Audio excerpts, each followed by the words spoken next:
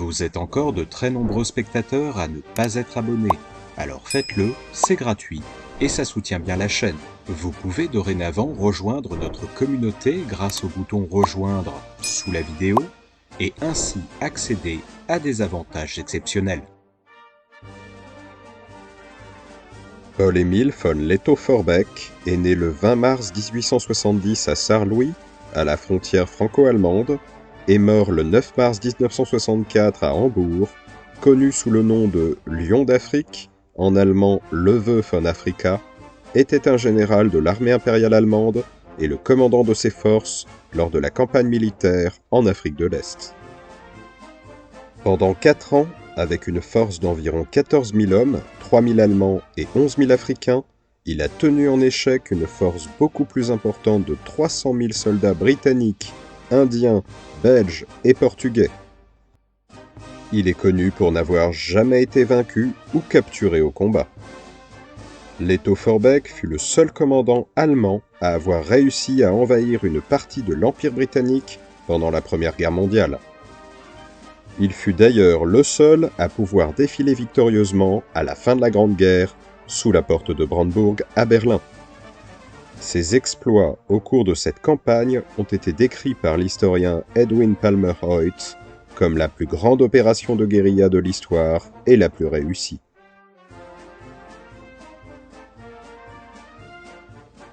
Paul-Émile von Lettow-Vorbeck était le fils de Paul von Lettow-Vorbeck, né en 1832 et mort en 1919, et de Marie von Eisenhardt-Rothe, née en 1842 et morte en 1919. Il est né dans la petite noblesse de Poméranie, région tout à fait au nord de l'Allemagne, tandis que son père était officier de l'armée à Sarrelouis, dans la province prussienne du Rhin. Après avoir vécu à la frontière entre l'Allemagne et la France, il a été éduqué dans des pensionnats à Berlin et a rejoint le corps des cadets à Potsdam et Berlin-Lichterfelde. En 1890, il a été nommé lieutenant dans l'armée impériale allemande. Selon Robert Gaudi, dans Mein Leben, Ma vie, le livre autobiographique de von Lettow, celui-ci écrit avec nostalgie sur sa décennie en tant qu'officier subalterne dans l'armée impériale du Kaiser. Dans son livre, von Lettow écrit, je cite, « Il y avait des inspections à l'aube dans le froid mordant, des manœuvres régimentaires, des aperçus des célébrités du jour, le Kaiser, c'est-à-dire l'empereur, le prince héritier Friedrich, le maréchal von Moltke, l'homme d'or, qui était alors le plus grand stratège militaire de l'Allemagne, et bien d'autres. Il y avait aussi des beuveries avec des collègues officiers, des jeux de cartes jusqu'à point d'heure, et des danses splendides à Berlin, où les jeunes femmes frissonnant dans leurs robes à épaules dénudées, et les nouveaux officiers dans des uniformes rigides et brillants, suivis par la course folle pour attraper le dernier train de retour à la caserne de Spandau avant le dernier appel. Lettow-Vorbeck écrivit plus tard « Je me souviens d'un officier plus âgé qui réprimandait un plus jeune parce qu'il avait omis d'inviter une jeune femme qui n'avait pas de partenaire à danser. » Les offenses contre les principes de la chevalerie n'étaient pas tolérées à l'époque. Le lieutenant von Lettow-Vorbeck fut affecté au grand état-major allemand.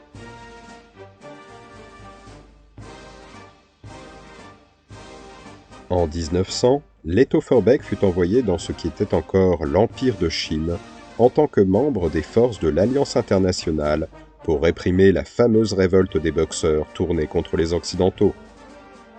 Bien que Lettow-Vorbeck fût fasciné par l'histoire ancienne et la culture chinoise, il détestait profondément combattre les guerrieros et considérait ce type de guerre comme préjudiciable à la discipline de l'armée allemande. Il revint de Chine à l'état-major allemand en 1901 et à partir de 1904, Lettow-Vorbeck, désormais capitaine, fut affecté au sud-ouest africain allemand, aujourd'hui la Namibie, pendant l'insurrection des Herero et le génocide qui s'ensuivit. Lettow-Vorbeck a assisté au combat contre les Herero lors de la bataille de Waterberg, qu'il a plus tard qualifié de quelque chose de rarement rencontré dans la guérilla, une chance de les vaincre en une seule opération. Lorsque le peuple Nama se souleva également contre la domination allemande sous la direction de Hendrik Witbooi, Leto Forbeck resta dans le sud-ouest africain allemand afin de continuer à se battre. Il joua un rôle majeur dans la poursuite de Jacob Morenga. Au cours d'une fusillade en 1906 contre Morenga et ses hommes, Leto Forbeck fut blessé à l'œil gauche, qui resta aveugle, et à la poitrine. Il porta par la suite tout au long de sa vie un œil de verre. Il fut ensuite évacué vers l'Afrique du Sud pour y être soigné et se rétablir. Leonard Mosley écrira plus tard « C'est de ces brillants et fantastiques Hottentots que Leto Forbeck apprendra l'art du bushcraft, c'est-à-dire l'art de survivre dans le bush, qui devait lui être si utile dans sa guerre contre les Britanniques en Afrique de l'Est. » Lorsque le chef de la guérilla Hottentot, Samuel Isaac, fut capturé et amené pour être interrogé, c'est von Leto qui mena les interrogatoires.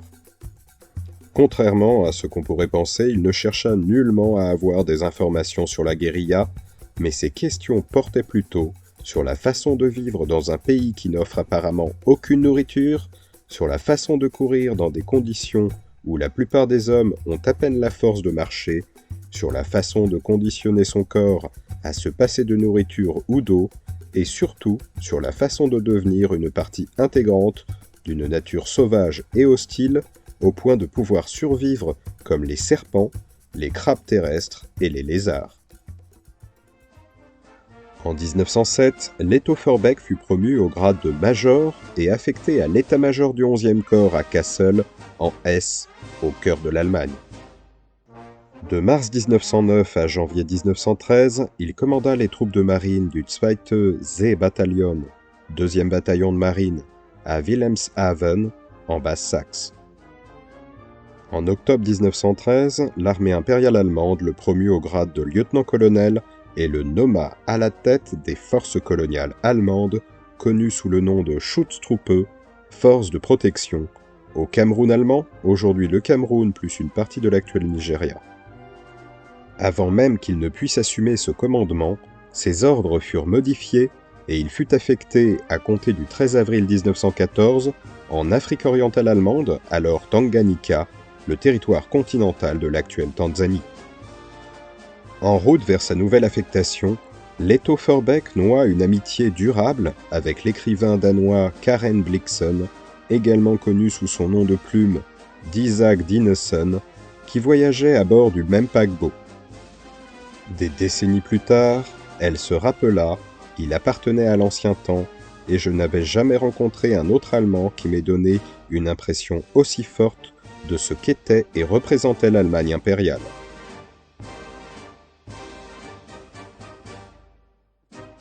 Le plan de Leto Forbeck pour la guerre était relativement simple. Sachant que l'Afrique de l'Est ne serait qu'un théâtre secondaire par rapport aux autres théâtres de guerre, il était déterminé à immobiliser autant de troupes britanniques que possible. Il avait l'intention de les éloigner du front occidental en Europe et de contribuer ainsi à l'effort de guerre allemand. Ce qu'il fit, nous le verrons, avec un talent incroyable. En août 1914, Leto Forbeck commandait une garnison militaire de 2600 ressortissants allemands et 2472 soldats africains répartis en 14 compagnies de Askari. Ressentant le besoin impérieux de prendre l'initiative, il ignora les ordres de Berlin et du gouverneur de la colonie, Heinrich Schnee, qui avait tenté d'obtenir la neutralité de l'Afrique orientale allemande en s'appuyant sur la loi Congo de 1885, par laquelle les puissances coloniales européennes avaient promis de maintenir leur possession d'outre-mer neutre dans toute guerre européenne. Il se prépara ainsi à repousser un assaut amphibie britannique majeur sur la ville de Tanga. L'attaque commença le 2 novembre 1914 et pendant les 4 jours suivants, les forces allemandes combattirent dans la bataille de Tanga. Leto Forbeck rassembla alors ses hommes et leurs maigres provisions pour attaquer les chemins de fer britanniques en Afrique de l'Est. Il remporta une seconde victoire sur les Britanniques à Jacin le 19 janvier 1915. Ces victoires permirent aux Allemands de capturer des fusils et d'autres fournitures indispensables, en plus de remonter le moral des troupes. Dans l'opération, Lettow-Vorbeck perdit cependant également de nombreux hommes expérimentés, notamment le talentueux capitaine Tom von Prince, qu'il ne put remplacer facilement. Malgré ces pertes importantes, Lettow insista pour que ses commandants engagent le combat contre les forces britanniques, même si celles-ci ne présentaient que peu de cibles intéressantes. Il fut alors contraint de mener des raids en Afrique de l'Est britannique, plus tard au Kenya, en Ouganda et à Zanzibar, ciblant les forts, les voies ferrées et les nœuds de communication, espérant toujours forcer l'entente à détourner les effectifs du principal théâtre de guerre, en Europe. Conscient des besoins critiques de la guérilla, il utilisa tout ce qui était à sa disposition pour approvisionner ses troupes. La Schutztruppe recruta de nouveaux hommes et augmenta ses effectifs jusqu'à atteindre 14 000 soldats, la plupart étant des Askaris, c'est-à-dire des soldats indigènes. La maîtrise parfaite de la langue swahili, la langue principale de l'Afrique de l'Est, par Lettow-Vorbeck, lui valut sans conteste le respect et l'admiration de ses soldats africains. Il nomma de plus des officiers noirs et déclarait de même que nous sommes, je cite, tous des Africains ici. Selon un historien, il est probable qu'aucun commandant blanc de l'époque n'ait une appréciation aussi aiguë de la valeur de l'Africain, non seulement en tant que combattant, mais aussi en tant qu'homme. L'historien Michael von Herf affirme que la loyauté des Askaris pendant la campagne était due au fait qu'ils formaient alors une caste militaire au sein de la structure coloniale qui s'était alors largement séparée des racines tribales de ses membres. En 1915, il récupère les hommes et l'artillerie du croiseur allemand SMS Königsberg qui avait été sabordé dans le delta du fleuve Rufiji. Le croiseur avait un équipage compétent sous le commandement de Max Fluff et ses pièces d'artillerie converties à l'usage terrestre devinrent alors les plus grandes pièces d'artillerie standard utilisées sur le théâtre est-africain. En mars 1916, les forces britanniques du général Jan Smuts et les Belges de Charles Tomber lancèrent une offensive avec 45 000 hommes près de Tabora. Lettow-Vorbeck utilisa le climat et le terrain à son avantage, engageant les Britanniques dans ces conditions. Les renforts britanniques forcèrent Lettow-Vorbeck à céder du terrain. Poursuivant sa résistance, Lettow-Vorbeck livra une bataille cruciale à Maïwa en octobre 1917, où il infligea 2700 pertes aux Britanniques. Il perdit lui-même 519 hommes, tués, blessés ou disparus, tout en étant à court de munitions, ce qui le força à se retirer. Les Britanniques réussirent à récupérer leurs pertes et continuèrent à détenir un avantage écrasant en nombre d'hommes venus de tout l'Empire. Pour la Schutztruppe, c'était grave, car il n'y avait pas de réserve pour reconstituer leur rang. Cependant, après que la nouvelle de la bataille eut atteint l'Allemagne, Lettow-Vorbeck fut promu au grade de major général. Il se retira donc vers le sud avec ses troupes à moitié nourries et les Britanniques à sa poursuite. Le 25 novembre 1917, sa colonne avancée traversa la rivière Rovuma pour entrer au Mozambique portugais. Ayant, malgré elle, coupé ses propres lignes de ravitaillement, la formation de la Schutztruppe devient une unité complètement indépendante. Dès le premier jour de son passage sur la rivière Rovuma, la colonne allemande attaque la garnison portugaise de Ngomano, nouvellement constituée, et résout ainsi ses problèmes d'approvisionnement pour l'avenir. La capture ultérieure d'un bateau à vapeur fluviale avec une cargaison de fournitures médicales dont de la quinine, pour lutter contre la malaria, satisfit également certains de ses besoins médicaux. Pendant près d'un an, les hommes de Lettow-Vorbeck avaient vécu de ce qu'ils avaient à disposition, principalement des provisions prises aux Britanniques et aux Portugais. Ils avaient remplacé leurs vieux fusils par du nouveau matériel et acquis des mitrailleuses et des mortiers après la capture de Namakura, dans l'actuel Mozambique, en juillet 1918. La guerre en Afrique de l'Est a déclenché une série d'événements aux conséquences dévastatrices pour les autochtones et leurs suzerains allemands. Les invasions ont provoqué des problèmes d'approvisionnement dans toute la colonie, de sorte que la population et le pays n'avaient plus les ressources nécessaires à leur survie. Lettow-Vorbeck considérait que sa première obligation en tant que commandant militaire était de privilégier son armée, malgré les objections du gouverneur Heinrich Schnee.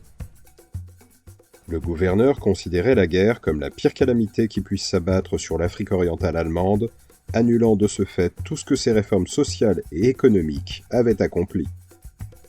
La stratégie de Lettow-Vorbeck, quant à elle, consistait à céder du terrain et à échapper coûte que coûte aux confrontations avec les forces alliées. Il avait ainsi établi des dépôts de nourriture le long de sa ligne de marche prévue de Neumoschi au mont Uluguru, considérant la famine dans les villages voisins comme un dommage collatéral. L'aide allemande ne parvint pas à briser le blocus naval britannique pour pallier les énormes pénuries d'approvisionnement auxquelles les hommes de Lettow-Vorbeck étaient confrontés dans la région, et seuls 2 navires réussirent à traverser le blocus et à atteindre la colonie. Le 14 avril 1915, le cargo Kronborg arriva au large de Tonga, à Manza Bay, après un voyage de 2 mois depuis Wilhelmshaven, et fut rapidement attaqué par le croiseur britannique HMS Hyacinthe. Heureusement pour les Allemands, le Kronborg fut sabordé par son capitaine pour éviter un incendie de charbon, après que le croiseur britannique eut porté des coups répétés sur le navire et que celui-ci coula dans des eaux peu profondes. La quasi-totalité de la cargaison put alors être récupérée. Cependant, lorsque le vapeur Marie von Stettin arriva au sud de Lindi, le 17 mars 1916, sa cargaison de 1500 tonnes ne fut d'une aide que très modeste pour les forces de Lettow-Vorbeck. En novembre 1917, une tentative de ravitaillement des forces allemandes très originale par le dirigeable Zeppelin, une opération sous le nom de code China Show, échoua. Le Zeppelin LZ-104, destiné également à remonter le moral des troupes assiégées d'Afrique de l'Est, était conçu pour être démembré à l'arrivée et toutes ses pièces cannibalisées comme pièces de rechange pour les troupes, la toile de sa coque utilisée pour des tentes, par exemple. Le dirigeable atteignit le Soudan en un seul vol ininterrompu depuis la Bulgarie, où il reçut un message de l'amirauté allemande indiquant que sa zone de débarquement prévue en Afrique de l'Est n'était plus entre les mains de Lettow-Vorbeck. Son capitaine décida donc de faire demi-tour. Les Britanniques prétendirent plus tard que ce revirement était le résultat d'un faux message radio envoyé en allemand par les services secrets britanniques au Caire, indiquant que Lettow-Vorbeck s'était rendu, mais cela n'a jamais été prouvé. À la fin du mois de septembre 1916, toute la côte de l'Afrique orientale allemande, y compris Dar es Salaam, la capitale tanzanienne, et le chemin de fer central, étaient sous contrôle britannique. L'ouest de la colonie était occupé entre-temps par les forces belges. En décembre 1917, la colonie allemande fut officiellement déclarée protectorat allié. Lettow-Vorbeck et sa formation composée d'Européens, d'Askaris, de porteurs, de femmes et d'enfants poursuivirent leur marche, contournant délibérément les terres tribales des soldats autochtones afin d'empêcher les désertions. Ils traversèrent un territoire difficile.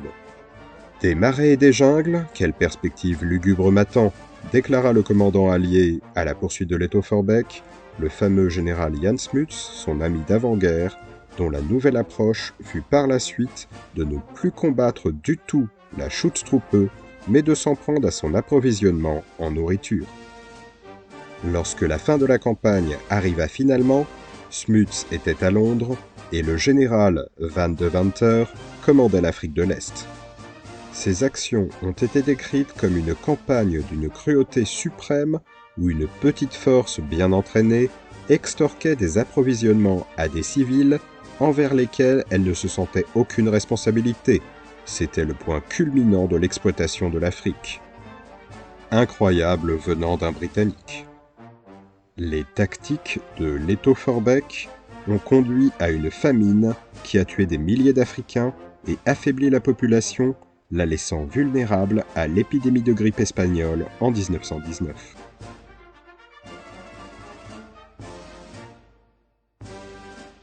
J'espère sincèrement que cette vidéo vous a plu. Si c'est le cas, n'hésitez pas à souscrire à notre chaîne avec le bouton rejoindre, à mettre un petit pouce bleu, à laisser un commentaire et bien sûr à vous abonner afin de ne pas manquer la prochaine vidéo.